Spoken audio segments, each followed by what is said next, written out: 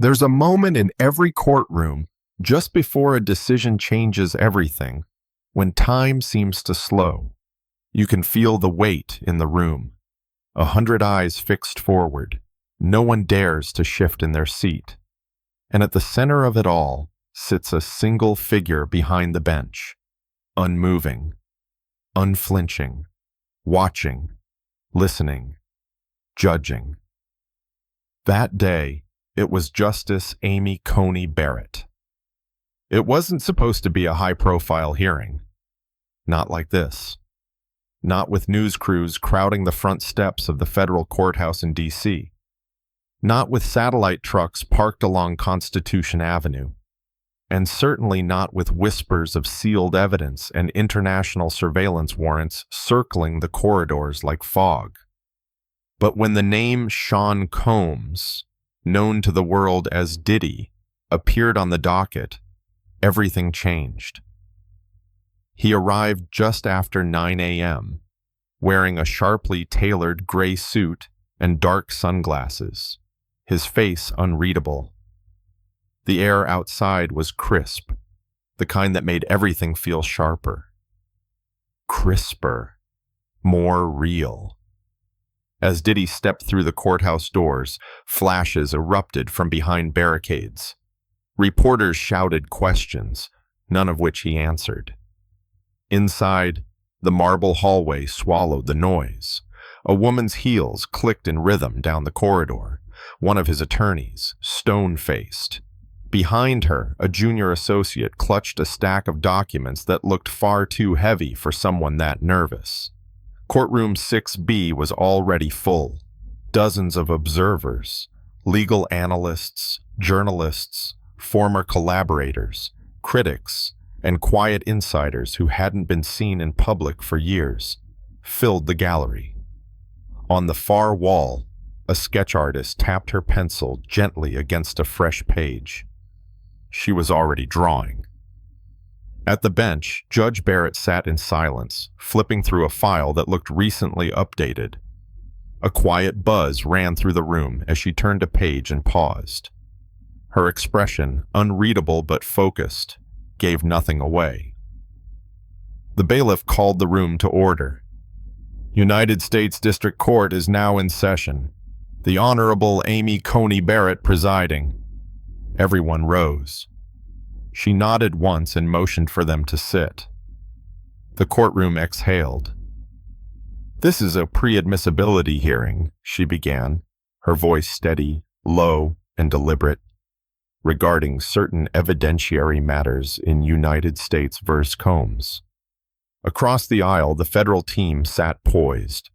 At the center of their bench, Assistant U.S. Attorney Monica Reyes, late 40s, fierce, known for pursuing financial misconduct and corporate malfeasance, especially when the perpetrators wore $5,000 suits and held private jet memberships. Diddy didn't look at her. He didn't look at Judge Barrett either. He kept his eyes forward, hands folded neatly in his lap.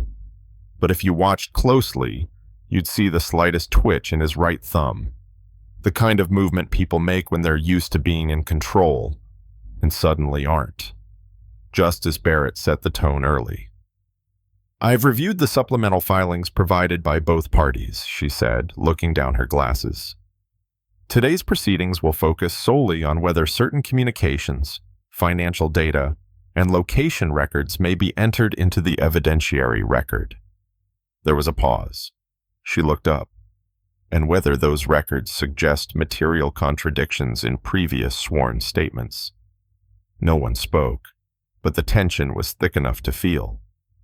Reyes rose from her seat, calm and exact in her words.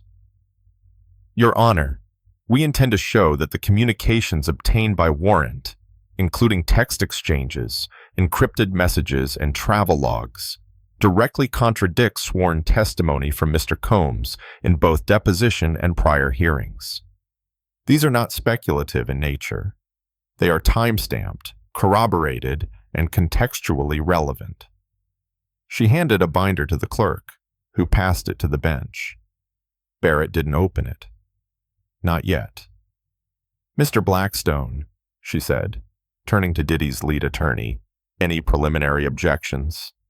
Gregory Blackstone, a high-profile entertainment litigator known for his smooth delivery and impeccable suits, stood slowly. Your Honor, he began, we respectfully object to the inclusion of documents sourced from international data intercepts. My client was not notified of any such collection and contends that at least some of these materials were obtained outside the scope of the warrant. Justice Barrett's gaze didn't flicker. Counsel, I have read both the original and amended warrants. The question before this court is not whether the data was lawfully obtained. That matter has been adjudicated.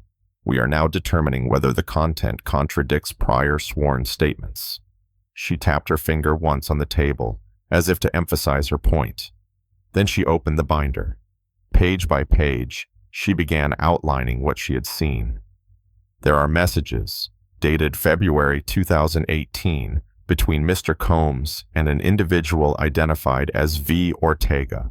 In these messages, Mr. Combs appears to arrange a meeting at a Miami residence that he testified, under oath, he had never visited. The GPS location data from Mr. Combs's mobile device places him at that residence on the same date and time. She turned another page. There is a series of financial transactions routed through subsidiaries of Lancer Holdings, a shell entity registered in Curacao. Mr. Combs denied any financial interest in Lancer Holdings, yet his corporate email includes directives referencing payments issued from its accounts. Diddy's jaw tightened. Barrett didn't stop. There are also communications involving non-disclosure agreements provided to former employees and associates, some of whom had previously accused Mr. Combs of workplace misconduct or inappropriate behavior. These NDAs coincide with significant wire transfers and post-settlement social media takedowns. There it was. The first time anything adjacent to the real storm had been spoken aloud in open court. Barrett's voice remained perfectly level. At this time, I will allow the prosecution to summarize the relevance of these records to their case. Reyes stood again. Your Honor, the pattern we've uncovered suggests that financial mechanisms were used to facilitate silence, not resolution. Several individuals, including witnesses previously reluctant to come forward, have now shared consistent accounts of coercion, intimidation, and transactional manipulation. She paused. In short, we believe these records demonstrate an ongoing strategy of concealment. Across the aisle, Diddy leaned in and whispered something to Blackstone. The attorney's jaw clenched slightly. Then he rose. Your Honor, I must reiterate, these are circumstantial inferences. My client has a right to privacy, to due process, and to not be convicted in the court of public opinion before a single formal charge has been laid. Barrett responded evenly, and those rights remain intact. But this court also has an obligation to determine whether evidence speaks louder than a curated narrative. She closed the binder. At that moment, silence took over again. It wasn't just legal tension anymore. It was cultural, social, symbolic. This wasn't just about Diddy. It was about the quiet understanding in American public life that some people, the wealthy, the powerful, the connected, play by different rules. But Judge Barrett had never seemed interested in that game. She nodded slightly. The records are admissible. The sentence hung in the air like a hammer strike. Barrett continued, this court finds sufficient cause to allow their inclusion in all relevant proceedings. Furthermore, the consistency across time, platform, and transaction type merits expanded review. I will be referring this matter to the Department of Justice for further investigation. In the back row, a reporter quietly pushed send on her phone.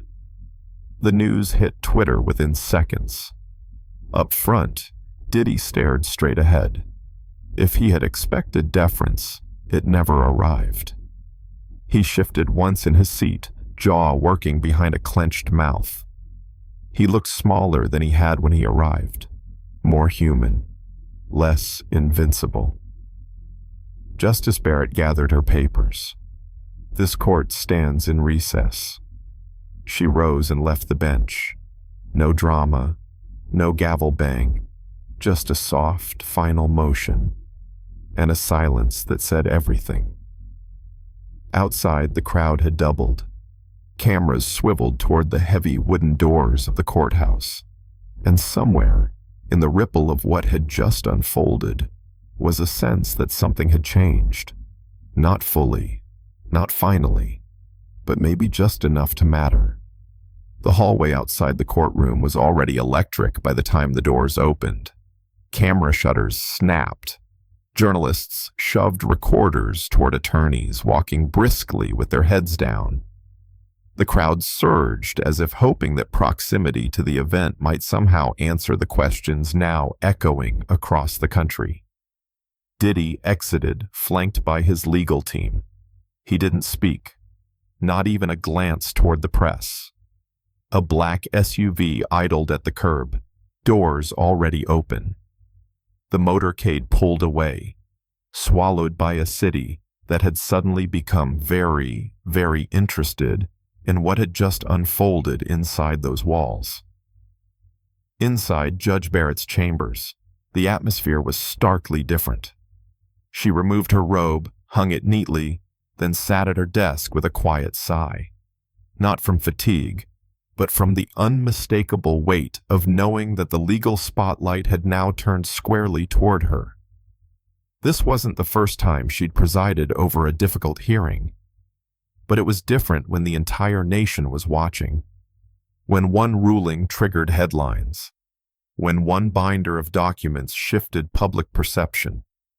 And most of all, when the name involved belonged to someone whose reach extended into nearly every corner of American pop culture. Sean Combs, mogul, entrepreneur, global celebrity, wasn't just any defendant. The allegations weren't new.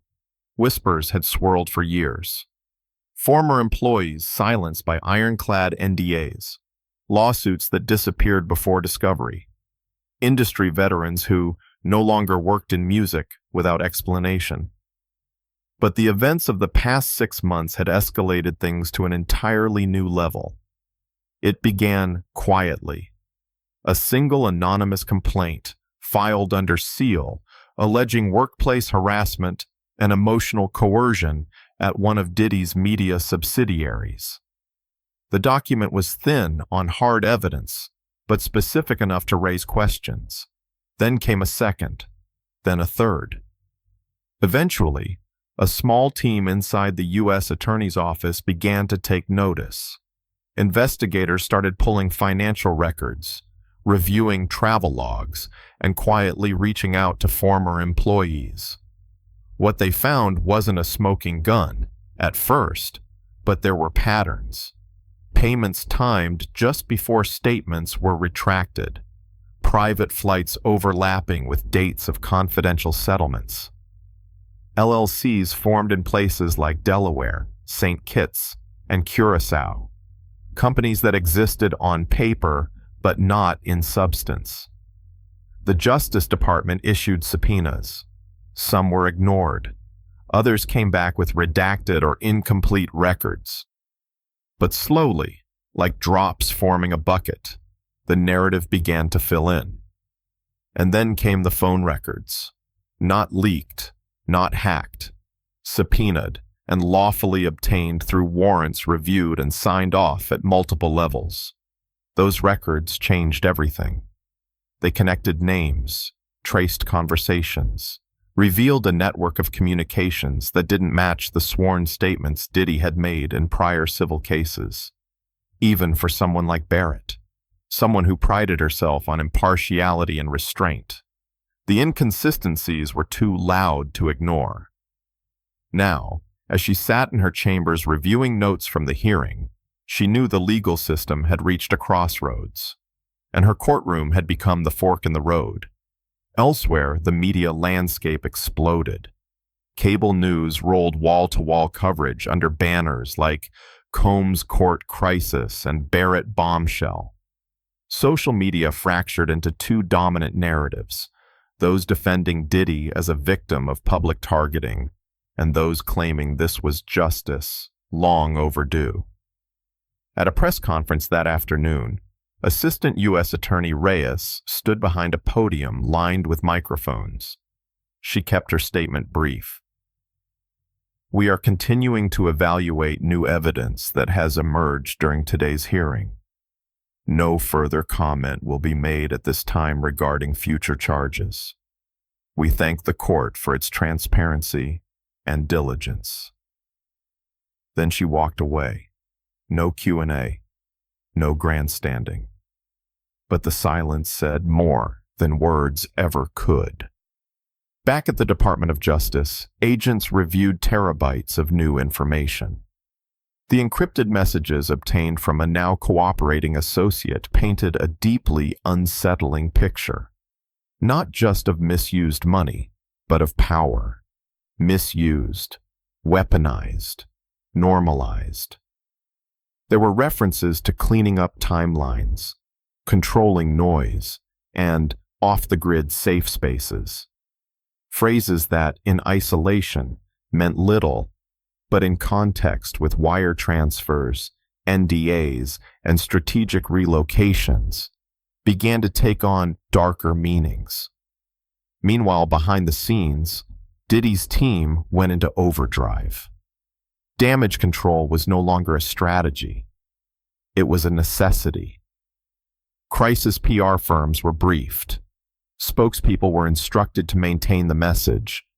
Mr. Combs is cooperating fully and looks forward to clearing his name. Behind closed doors, however, panic had started to set in. One former advisor, granted anonymity, described the mood as controlled collapse. They didn't expect Barrett to allow those records in. They figured it would be tied up in procedure, sealed, redacted, buried. But the judge hadn't played by those rules. In private group chats, now being leaked to journalists, former collaborators began distancing themselves. Some deleted posts, others quietly issued statements clarifying that they hadn't worked with Combs in years. But some did more than that. 3 former assistants filed statements through their lawyers within 48 hours of the hearing. They had stories to tell, stories that involved coercion, intimidation, and what one lawyer described as an environment where silence was not just expected, it was demanded.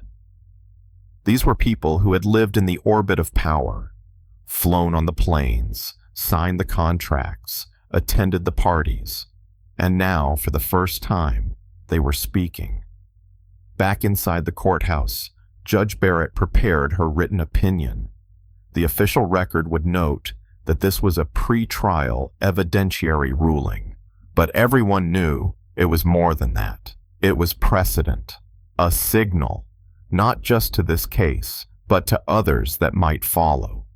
A message that the law does not bend to influence, that fame does not erase accountability, that careful documentation, even something as mundane as a phone bill, could tell a story louder than any press release. She had seen it before, in financial crimes, in antitrust cases, in environmental violations. But rarely had the system been asked to confront fame itself, not as a passive accessory, but as a shield used to deflect scrutiny. That shield had cracked. The question now was how far the system was willing to look beneath it. As the days passed, the conversation evolved. Cable panels brought in behavioral analysts, trauma experts, and legal scholars to dissect every angle. What did this mean for the music industry? Would this prompt changes in how NDAs were handled? Were there other figures with similar patterns waiting just beneath the surface? Behind all of this noise, Judge Barrett continued to work. She did not grant interviews. She did not issue statements. She simply followed the paper trail. One record, one claim, one contradiction at a time. She wasn't trying to become a symbol. She was trying to apply the law. But symbols have a way of choosing their hosts, especially when the stakes are high. And somewhere, in offices filled with platinum records and boardroom plaques, other executives took note. They weren't named in this case, not yet, but they had similar histories, similar structures, similar playbooks, and for the first time in years, they felt something unusual, uncertainty. In a world where image management had long outweighed consequence, the cracks were now visible, and through those cracks, light was pouring in. That light, piercing, steady, didn't come from spectacle. It came from something far more unglamorous. The quiet persistence of records, paper trails, metadata, documents that couldn't be coached or intimidated or paid off. And behind it, a judge who was willing to read every page. In the weeks that followed, the echo of that hearing didn't fade. If anything, it deepened. New subpoenas were issued. Former employees came forward anonymously, cautiously. Some spoke through legal counsel. Others sent carefully redacted statements to investigative journalists, now fully engaged in a story that had grown well beyond the initial scope. Diddy, for his part, maintained public silence. No interviews, no press conferences, no social media. His once daily posts had stopped completely. The last image, a photo of a sunset over Miami, now felt like a strange sort of eulogy. Behind closed doors, his legal team was working day and night. They weren't just fighting court battles. They were fighting time. Every new headline chipped away at public goodwill. Every leak made it harder to control the narrative. Every document Judge Barrett allowed into evidence became a window, not just into the past, but into a pattern. The media, sensing the scale of the story, went global. UK tabloids unearthed old footage. European papers reviewed financial transactions tied to satellite companies listed in Luxembourg and Ireland. South American publications followed the money trails to offshore accounts traced back to shell companies allegedly tied to former business partners. In Los Angeles, agents executed quiet search warrants at 2 corporate addresses. In Atlanta, 2 former assistants filed a joint affidavit alleging workplace misconduct and NDA coercion. And in Washington, D.C., Justice Amy Coney Barrett issued an order scheduling a full evidentiary hearing. It was no longer just about admissibility. It was now about consequences. The hearing took place 30 days after the initial bombshell. Courtroom 6B once again was packed. Journalists, lawyers, clerks, federal observers, even a few cautious celebrities hidden in the back rows behind sunglasses and scarves. Diddy entered with his attorneys.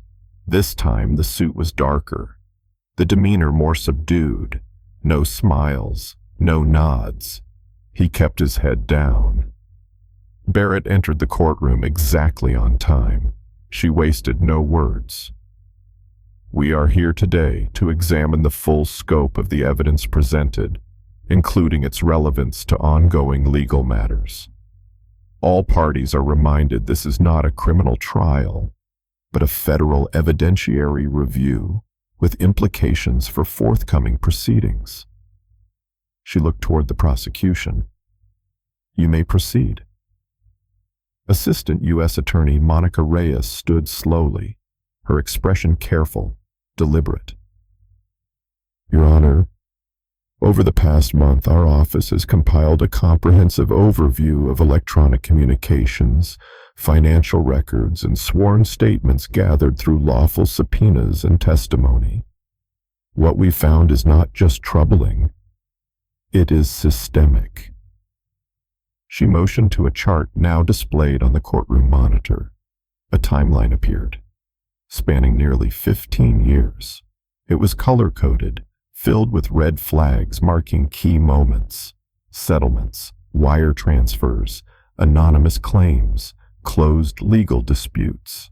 We believe these markers, when viewed together, demonstrate a consistent strategy: the containment of reputational risk through legal pressure, financial payouts, and coordinated silence. The chart zoomed into a specific year, 2015. Reyes continued. This year saw the sudden departure of 3 executive assistants from Combs Global. All 3 signed NDAs, each negotiated by the same in-house counsel. Within 2 months, 2 of the assistants relocated internationally. The third, under a pseudonym, filed a sealed complaint alleging psychological coercion. Barrett watched without blinking. Reyes tapped a key. Next slide. This is a financial summary. Payments made to shell entities in the British Virgin Islands. Multiple wire transfers matching settlement figures listed in confidential documents now entered into evidence. Diddy's lawyers conferred quietly. Another chart appeared.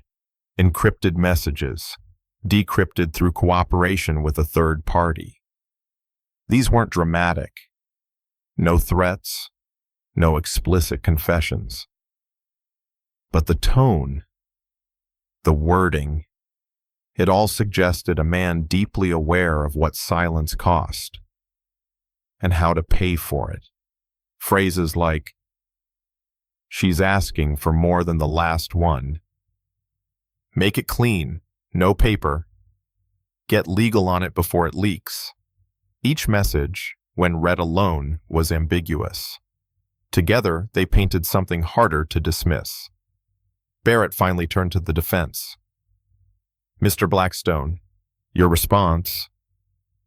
Diddy's lawyer stood. His voice remained calm, but the edge was visible. "Your Honor, we reject the narrative the prosecution has attempted to construct. The defendant is a public figure, engaged in complex business dealings across decades. Payments, NDAs, settlements, none of these are, in isolation, illegal or even unusual in the entertainment industry." He looked toward the screen, where another chart now lingered. "What we're seeing here is the prosecution connecting dots they believe form a picture, but a picture drawn in hindsight is not a fact." Barrett nodded, but didn't respond. Reyes stepped forward once more. "We agree. None of this proves criminality, but it speaks to pattern, and pattern matters, particularly when weighed against sworn denials, public positioning, and the chilling effect felt across an entire industry." That's when the witnesses entered. 4 in total. 3 spoke anonymously through recorded depositions. The 4th chose to appear in person, behind a privacy screen, voice altered, name sealed from the public record. Her story was simple. She'd worked for Combs for 6 months in the mid-2010s. A junior assistant, she never expected to be in the spotlight. But she'd seen things, heard things, been pressured to ignore things. She described a system where personal boundaries were blurred, emotional manipulation was common, and silence was rewarded. And when she tried to speak up, I was offered a raise, then a severance. When I declined both, they offered legal mediation, with a non-disclosure. I walked away with nothing. Her voice wavered. For years, I thought maybe I imagined it, that I was just naive. But after I saw the hearing last month, I knew I wasn't alone. The courtroom was still. Justice Barrett didn't speak for a long time. She finally addressed the gallery. This court finds that the patterns presented warrant further legal examination at the federal level. The evidence submitted today will be certified and forwarded to the U.S. Attorney General's office and the Department of Justice. She turned toward the defendant. Mr. Combs, you have the right to due process, and you will have every opportunity to contest this evidence. But understand, the days of untouchable status are behind us. This is not a court of spectacle.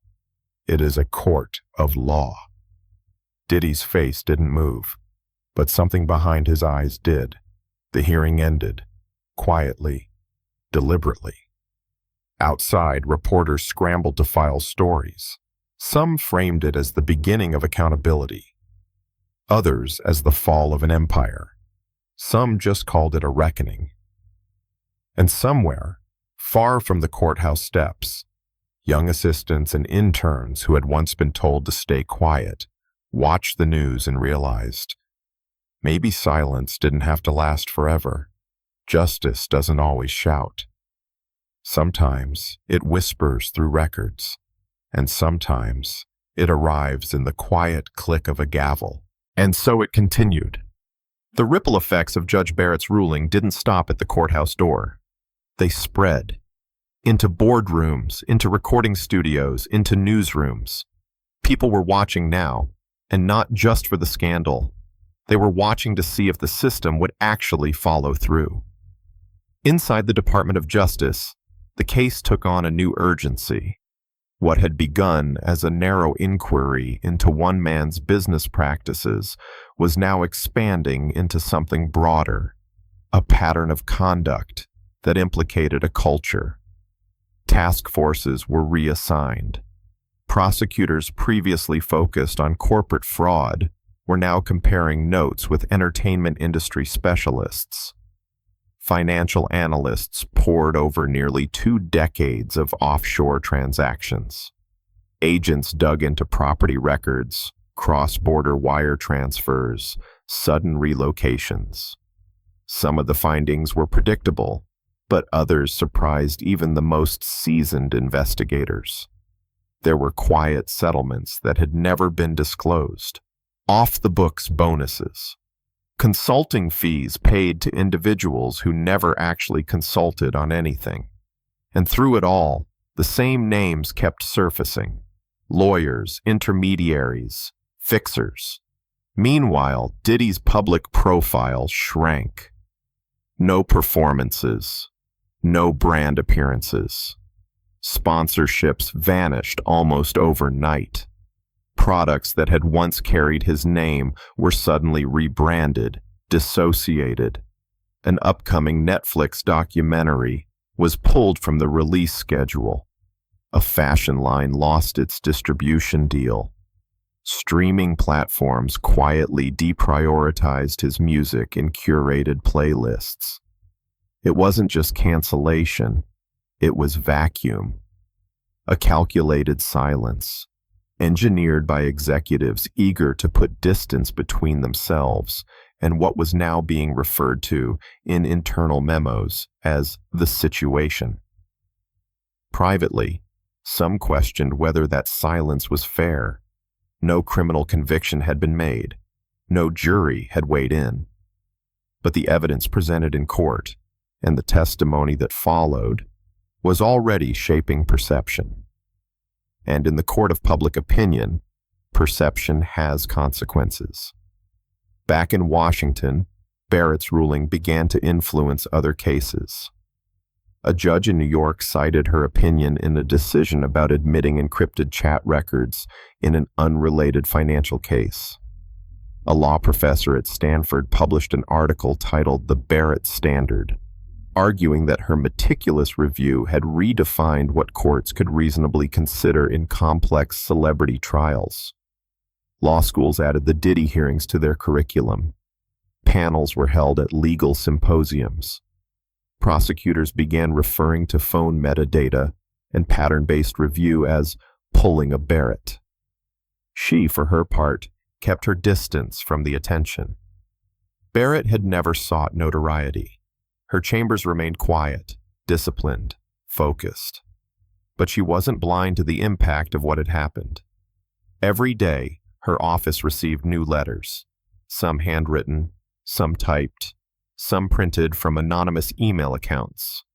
They came from assistants, interns, producers, DJs, stylists, people who had lived adjacent to fame, who had seen the machinery behind the music. Many didn't accuse Diddy directly. Some didn't name anyone at all. But the themes were unmistakable: power, silence, fear, and the sense, for the first time in years, that maybe, just maybe, someone was finally listening, that someone was finally asking the right questions, and refusing to look away from the answers. In late summer, federal prosecutors filed a formal request for expanded investigatory authority. The documents were sealed, but legal experts believed it signaled a forthcoming indictment. Diddy's attorneys released a statement the next morning. Mr. Combs denies any wrongdoing and will vigorously defend himself against any and all accusations. He remains confident that the truth will ultimately prevail. But the statement felt hollow, templated. There were no interviews, no media blitzes, no rebuttal campaigns, just a slow unraveling, frame by frame. Behind the scenes, things were worse.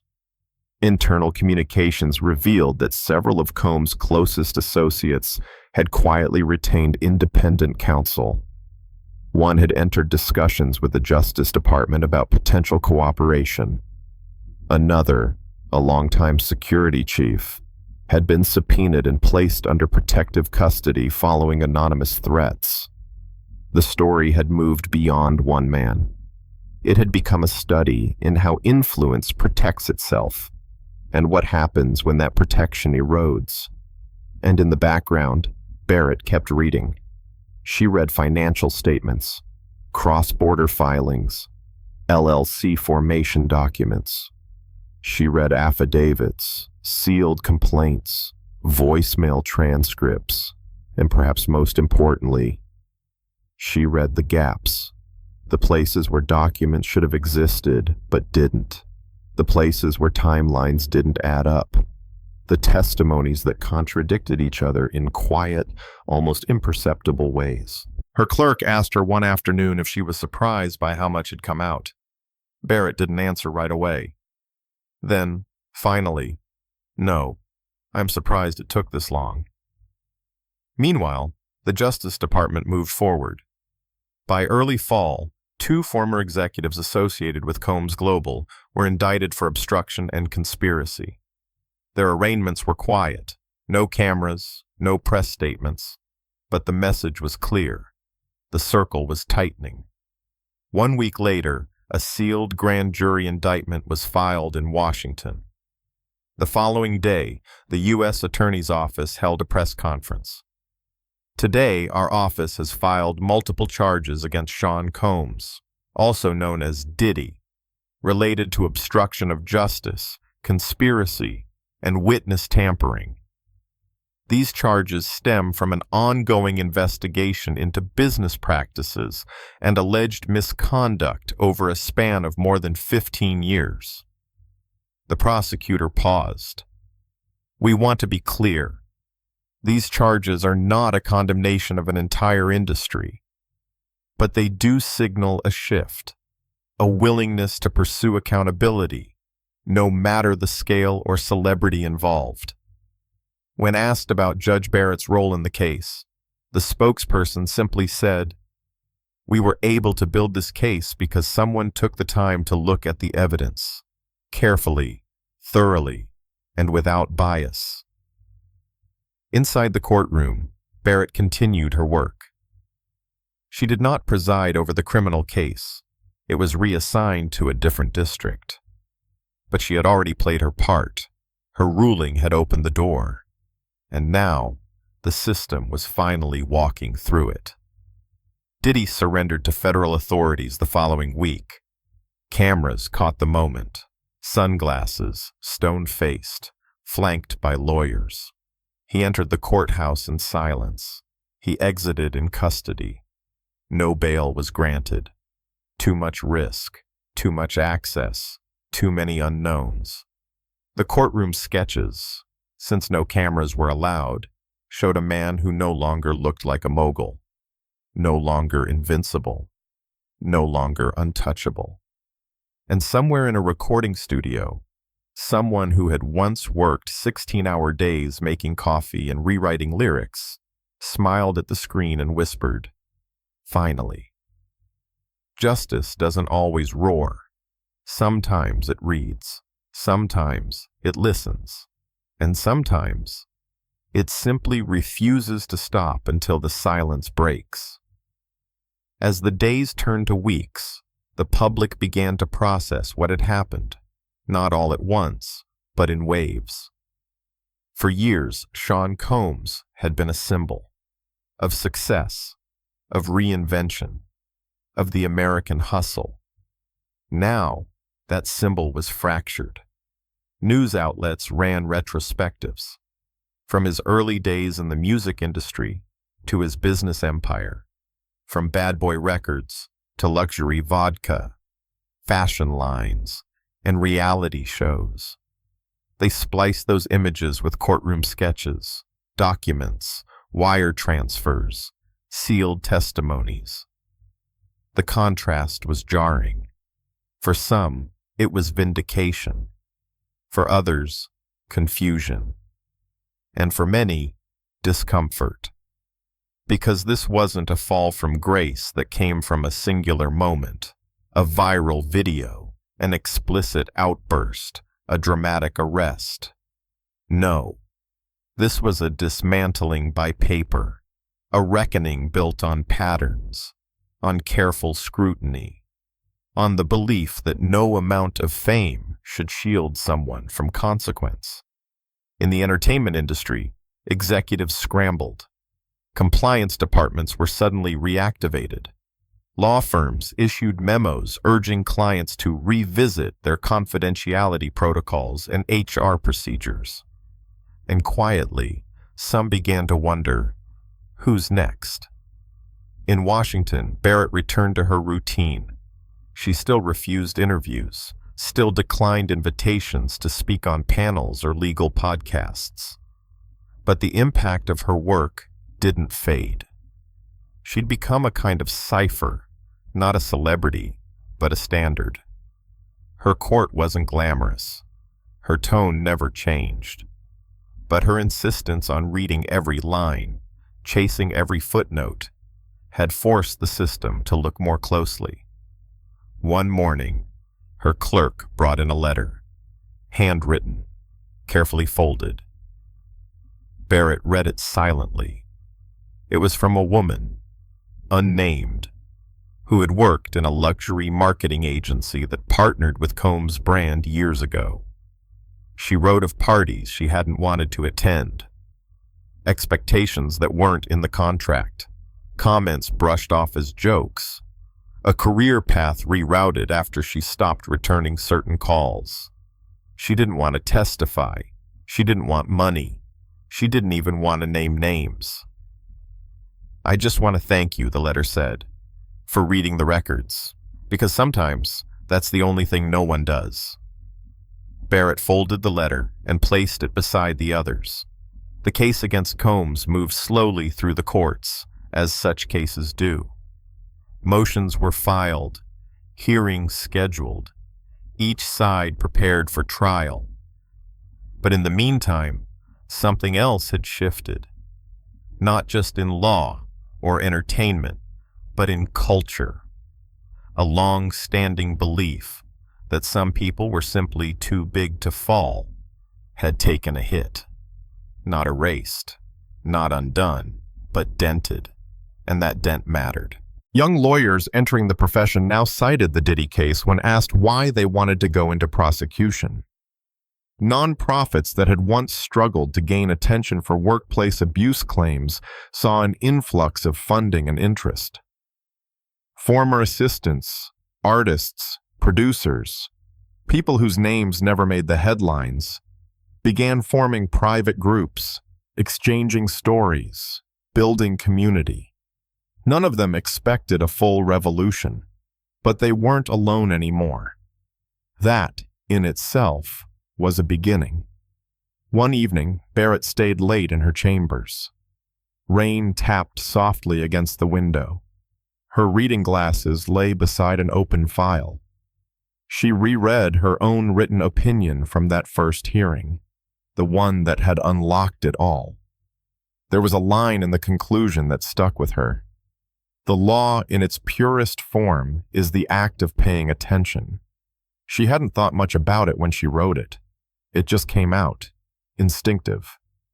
But now, months later, it felt like the thesis. Because in this case, that's all she had done.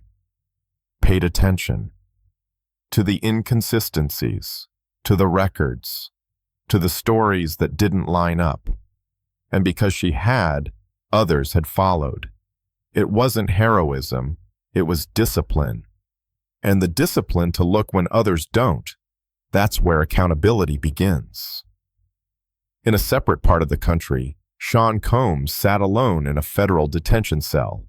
No entourage, no private jet, no social feed, just silence. The weight of decades now compressed into court documents, sealed exhibits, and a defense team running out of arguments that could explain away the patterns. He had not been convicted. He was still innocent in the eyes of the law. But the trial ahead would not be easy. And this time, the courtroom would not be his audience. It would be the place where records speak louder than image, and where silence, once used to protect, now echoed differently. As the rain continued outside Barrett's window, she turned out the light. The day was done. The work would continue.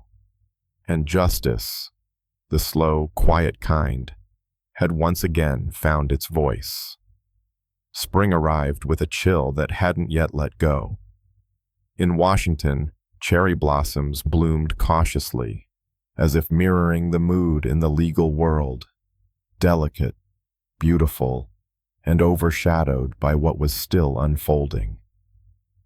By now, the case against Sean Combs was officially a landmark.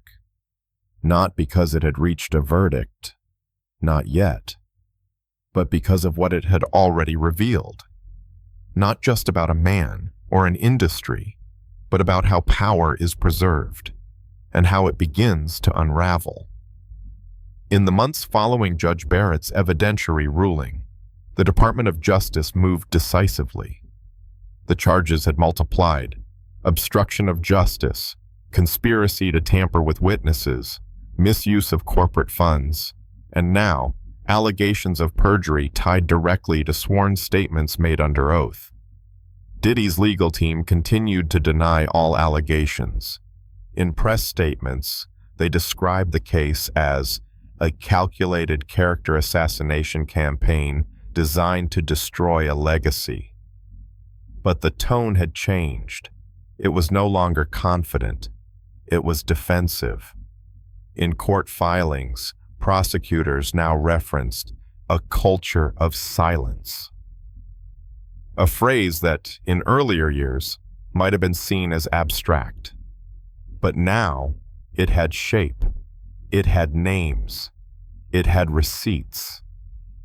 In total, 7 former employees had come forward under sealed protection. Not all claimed personal harm, but all described a system where complaints disappeared, where HR protocols were bypassed, where off-the-record payments were standard practice. One described a practice known internally as the fix. When something went wrong, an accusation, a threat of exposure, a story in the press, a special team would step in, not publicly, not officially, but effectively. Their job wasn't to solve the problem, it was to bury it. And for years, it had worked. Until Barrett read the records. Until those private NDAs intersected with corporate reimbursements and encrypted messages. Until the phone logs that were never supposed to be seen revealed call patterns that didn't match sworn affidavits. Until someone paid attention. In Los Angeles, production companies began revisiting their old contracts. In New York, record labels pulled unreleased collaborations. And in Atlanta, a former protege of Combs gave an on-camera interview, anonymously, saying, "I don't know what happened behind closed doors, but I know that everyone knew not to ask questions. And when people don't ask questions, that's when things rot." The federal case proceeded steadily. Prosecutors filed over 200 exhibits, each tied to a moment, a transaction, a lie. And in her private chambers, Judge Barrett was quietly reviewing requests from other judges seeking advisory opinions on the use of electronic communications in complex civil litigation. Her inbox, once routine, was now filled with requests from law schools, legal journals, and international courts. She declined them all, except one. A nonprofit law review had asked if she would contribute an essay, not on the case, but on the role of judicial scrutiny in an age of celebrity influence. After a long pause, Barrett agreed. Her essay, published 6 weeks later, was simple. Just 5 pages. No names. No references to the Combs case. But one passage stood out. The question is not whether fame deserves favor. It is whether truth requires attention. In most cases, it does. And justice, when practiced with humility, is the act of staying with the facts long enough for them to tell their story. The essay was reprinted across dozens of outlets. It was quoted on cable news. It was taught in ethics courses. And inside a federal detention facility, someone read it aloud to Sean Combs during a meeting with legal counsel. He said nothing, just stared at the table. Outside, the press began to speculate. Would he take a deal? Would he go to trial? Was there a chance this all might still disappear? But those who knew the system understood. This wasn't going away. Not this time. The trial date was set for late summer. It would be televised with limitations. The judge presiding, a colleague of Barrett's, requested limited pool cameras and transcript access for transparency. The public interest was simply too great to ignore. In preparation, both sides doubled down. Prosecutors continued interviewing witnesses. The defense tried unsuccessfully to suppress several pieces of digital evidence. And Barrett, now several steps removed from the case itself, returned to the rhythm of her docket. But her influence lingered. In courtrooms around the country, the phrase Barrett-level review was now part of legal shorthand. And inside the entertainment world, once untouchable executives began lawyering up, quietly, carefully, because it was now clear, when someone finally reads the fine print, there are fewer places to hide. One night, well past midnight, Barrett stood at her office window. Below her, the city moved on. Taxis, street lights, lives unfolding. Behind her, a desk filled with folders. Not just the Combs case, others, dozens. Each one a story waiting to be told through evidence, argument, and law. She thought about the people she'd never meet, the ones whose names weren't on the file, the ones who had lived in the shadow of power without the language or the leverage to challenge it. And she whispered the same sentence she had said under her breath the night she first read those phone records. Let the truth do what it does. In another part of the country, a journalist was editing a segment titled "The Price of Silence." In a university lecture hall, a law student was writing a paper on metadata as testimony. In a conference room, a former manager deleted old emails and wondered if it was already too late. The truth was moving now. Not fast, not loud, but steady. And in courtrooms that once ignored patterns, people were starting to see them. Because someone had decided to follow the facts, not the fame. And the system, for once, had followed her lead. By late summer, the trial was just weeks away. Federal prosecutors, after months of painstaking preparation, finalized their witness list. The names were a mix of former insiders, financial experts, and individuals whose identities had, until now, remained shielded under sealed protective orders. Whispers filled legal circles. Court reporters speculated that at least 2 of the prosecution's witnesses had once served in Combs's inner circle, not just as employees, but as confidants. People who'd seen things, heard things, helped cover things, and now they'd chosen to speak. Some called it betrayal. Others called it courage. Combs' defense team launched a final series of motions aimed at discrediting the witnesses before they ever took the stand. They filed motions to exclude text message evidence, questioning the chain of custody. They argued that the financial records, while suspicious, were not dispositive of criminal intent. They leaned into familiar language, bias, vendettas, career resentment.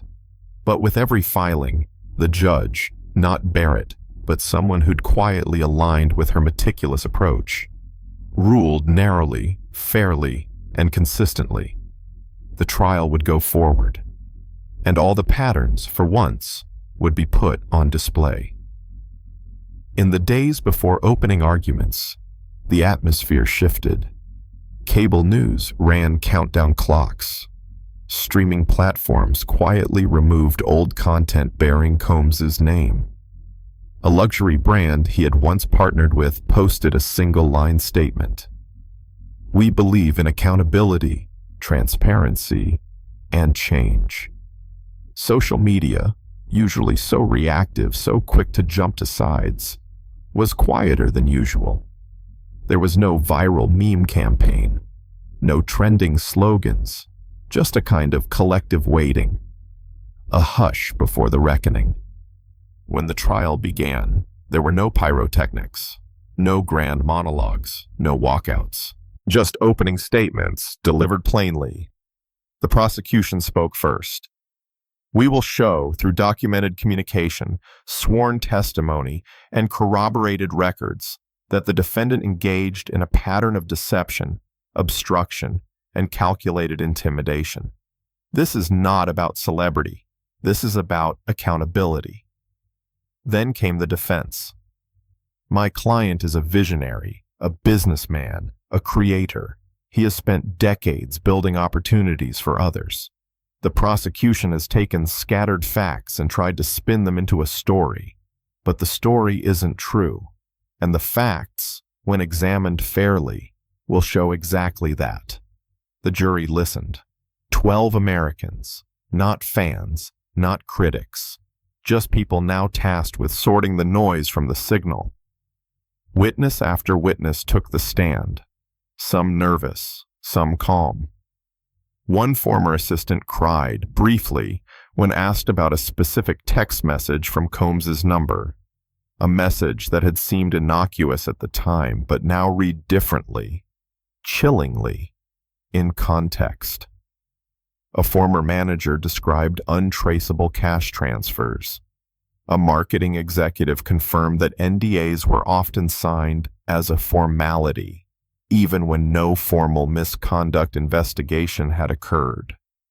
Again and again, prosecutors returned to the documents, the call logs, the bank wires, the surveillance footage, pieces of a puzzle that, when seen together, told a story that had been hidden in plain sight for years. The defense fought back. They cross-examined. They raised doubts. They pointed to gaps. But the weight of the records, The sheer, relentless weight was undeniable.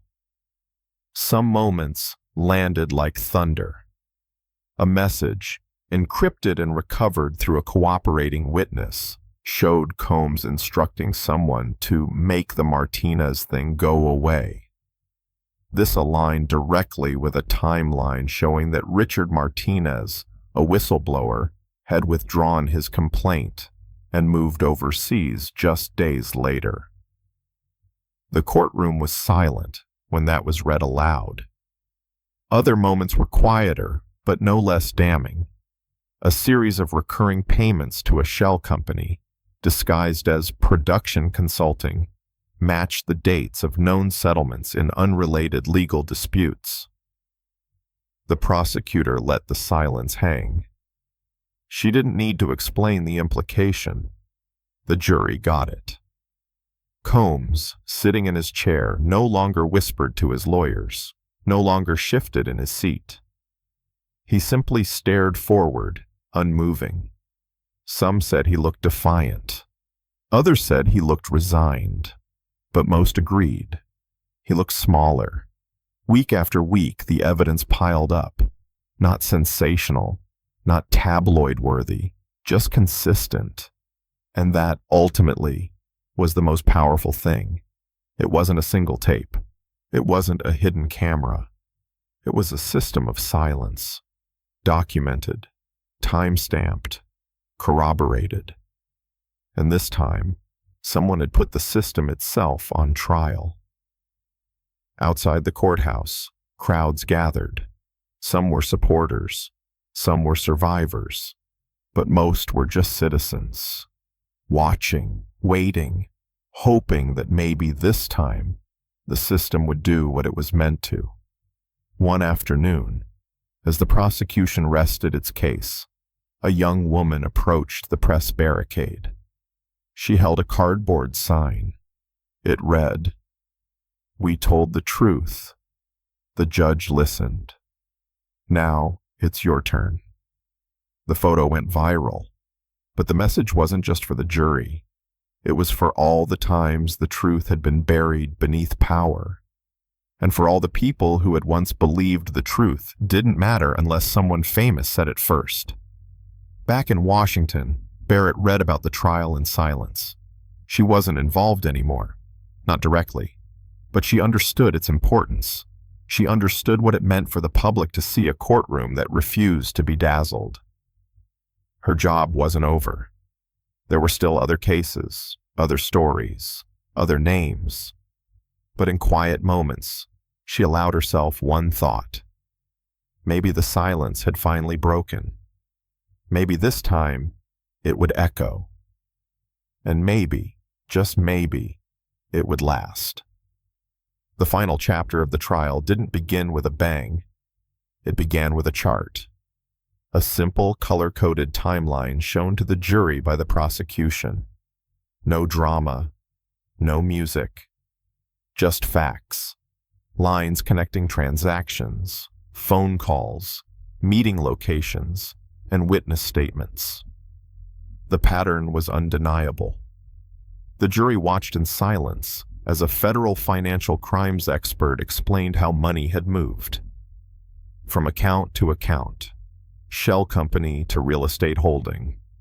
A consulting fee here, a licensing agreement there. On paper, it looked legitimate, but the trail always ended in the same place. Unreported income, offshore storage, or private settlements meant to stay hidden. And this time, it hadn't. Sean Combs sat motionless as the evidence was presented. His legal team didn't object. They knew the moment had arrived, the one they'd tried to delay, challenge, reframe. But now, there was nothing left to file. No motions left to argue. Just a jury. And the truth they had seen. The defense made its closing argument the next day. They didn't deny every detail. That would have been impossible. Instead, they asked the jury to see nuance, complexity. They said Combs was a businessman operating in a cutthroat industry. that privacy in high-profile negotiations required discretion, that misstatements weren't crimes, they were human. They didn't use the word mistake, but it was implied. The prosecution followed, and they didn't yell, they didn't dramatize. They simply said this: when a man makes billions of dollars, builds an empire, and sits at the center of a web of businesses, partnerships, and deals, we expect him to know what's happening in his name. Because power without responsibility is not a mistake, it's a design. They rested their case with a pause, and the courtroom held its breath. The jury deliberated for 9 days. 9 days of transcripts, notebooks, quiet debates, and tension no camera could fully capture. On the 10th morning, the court reconvened. The air was heavy. Reporters shuffled in. Spectators leaned forward. Combs entered the room without making eye contact with anyone. The foreperson stood, hands trembling slightly, and read the verdict. Not guilty on the top count, conspiracy to defraud, but guilty on 3 others: obstruction of justice, tampering with witnesses, and falsifying sworn statements. Gasps echoed through the room. Not a clean sweep, but not an acquittal. The courtroom did not cheer. There were no chants, no fists raised, just silence. And then, the quiet breath of people realizing that the untouchable had finally been touched by the law. Combs didn't react. He didn't shout. He didn't hang his head. He simply turned to his attorneys and whispered something no one could hear. The judge thanked the jury, dismissed them with deep sincerity, and ordered Combs remanded into custody pending sentencing. The marshals approached again, not in haste, just the way they always do. Calm. Procedural. This time, the cuffs clicked a little louder. Outside, the media frenzy reignited. Breaking. Sean Diddy Combs, convicted on federal charges. News helicopters circled overhead. Commentators filled airwaves. Some said it was accountability. Others called it a partial verdict. Some saw justice. Others saw symbolism. But deep down, everyone knew what had happened. Not perfection, not vengeance, but something rare, something real. Back in Washington, Judge Amy Coney Barrett walked the halls of the Supreme Court alone, as she often did after hours.